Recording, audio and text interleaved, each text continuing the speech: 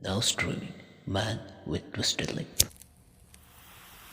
from Adventures of Sherlock Holmes, only on Quadia Year Started Podcast. Stream.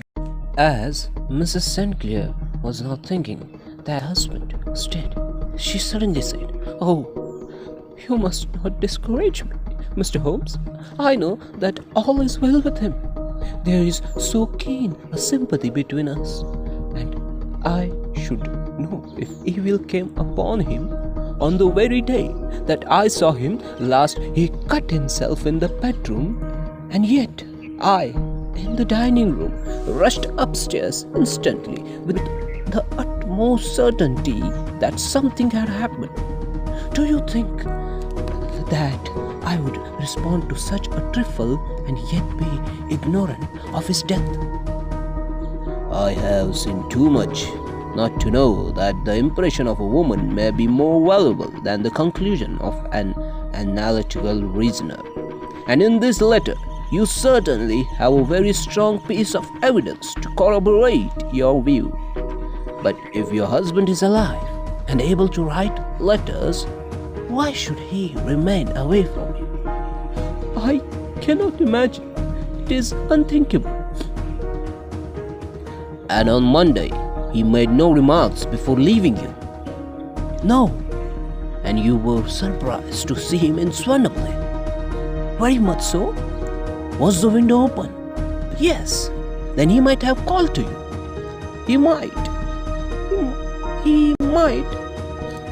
"He only, as I understand, gave an inarticulate cry?" "Yes." "And called for help, you thought?" "Yes." "He waved his hands." "But it might have been a cry of surprise. Astonishment at the unexpected sight of you might cause him to throw up his hands." "But it might have been a cry of surprise. Astonishment at the unexpected sight of you might cause him to throw up his hands." "It is possible." "And you thought he was pulled back. He disappeared so suddenly." "You might have leaped back. You do not see anyone else in the room?" "No, but this horrible man confessed. No, but this horrible man confessed to having been there, and the last car was at the foot of the stairs." Quite so. Your husband, as far as you could see, had his ordinary clothes on." "But without his collar or tie. I distinctly saw his bare throat." "Had he ever spoken of Swandam Lane?" "Never." "Had he ever showed any sign of having taken opium?" "Never." "Thank you, Mrs. Clare. Those are the principal points about which I wish to be absolutely clear. We shall now have a little supper and then retire, for we may have a very busy day tomorrow." As a large and comfortable double-bedded room had been placed at our disposal, and I was quickly between the sheets, for I was weary after my night of adventure. Sherlock Holmes was the man, however, who, when he had an unsolved problem upon his mind, would go for days and even for weeks without rest, turning it over, rearranging his facts, looking at it from every point of view, until he had either fathomed it or convinced himself that his data was sufficient. It was soon evident to me that he was now preparing for an all-night sitting.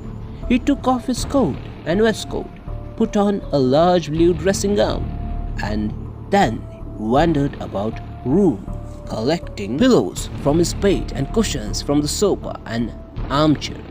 With these he constructed a sort of eastern divan, upon which he perched himself cross-legged, with an ounce of shag tobacco and a box of matches laid out in front of him. In the dim light of the lamp, I saw him sitting there, an old bare pipe of him. In the dim light of the lamp, I saw him sitting there, an old bare pipe between his lips, his eyes fixed vacantly upon the corner of the ceiling, the blue smoke curling up from him, the silent, motionless, with the lights shining upon his strong-set aquiline features. So he sat as I dropped off to sleep, and so he sat. A sudden ejaculation caused me to wake up, and I found the summer sun shining into the pipe. The pipe was still between his lips.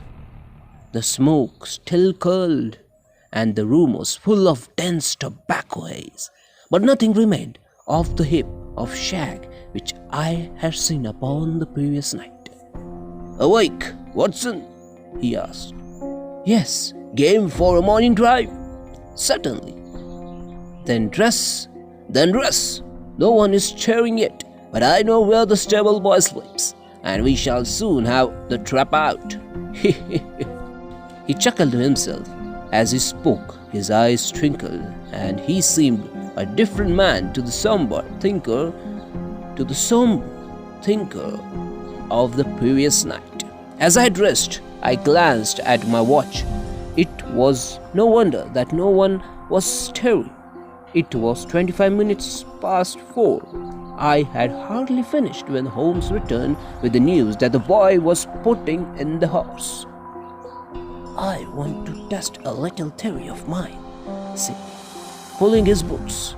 "I think, Watson, that you were now standing in the presence of one of the most absolute fools in Europe. I deserve to be kicked from here to Charing Cross. But I think I have the key of the affair now." "And where it is?" I asked. "In the bathroom," he answered. Oh, yes, in the bathroom," he answered. "Oh, yes, I am not joking," he continued, seeing my look for incredulity. "I have just been there, and I have taken it. I have taken it out, and I have got it in this Gladstone bag. Come on, boy, and we shall see whether it will not fit the lock." We made our way downstairs as quietly as possible and out into the bright morning sunshine. In the road stood our horse and trap, with the half-clad stable boy waiting at the head. We both sprang in, and away we dashed down to the London road. A few country carts were stirring, bearing in vegetables to the metropolis, but the lines of villas on either side were as silent and lifeless as some city in dream. "It has been in some points a singular case.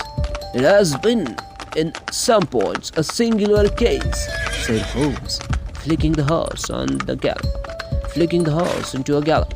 "I confess that I have been as blind as a mole, but it is better to learn wisdom late than never to learn it at all." In town, the earliest risers were just beginning to look sleepily from their windows as we drove through the streets of the Surrey side.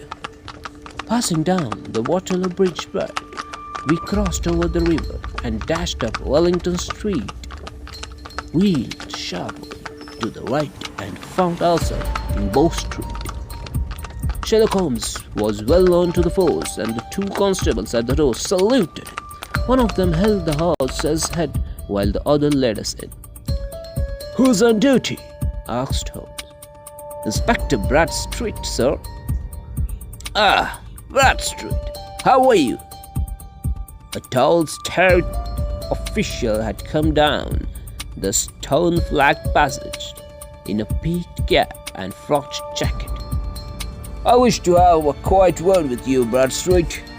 "Certainly, Mr. Holmes. Step into my room here."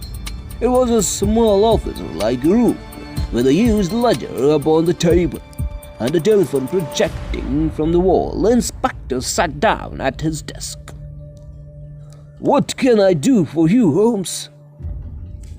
"I called about the beggarman, Boone, the one who was charged with being concerned in the disappearance of Mr. Neville St. Clair of Lee." "Yes, he was brought up and remanded for further inquiries." "So I heard. You have him here, in the cells. Is he quiet?" "Oh, He gives no trouble, but he is a dirty scoundrel. Dirty? Yes, it is all we can do to make him wash his hands, and his face is as black as Tinker's. Well, once his case has been settled, he will have a regular prison bath.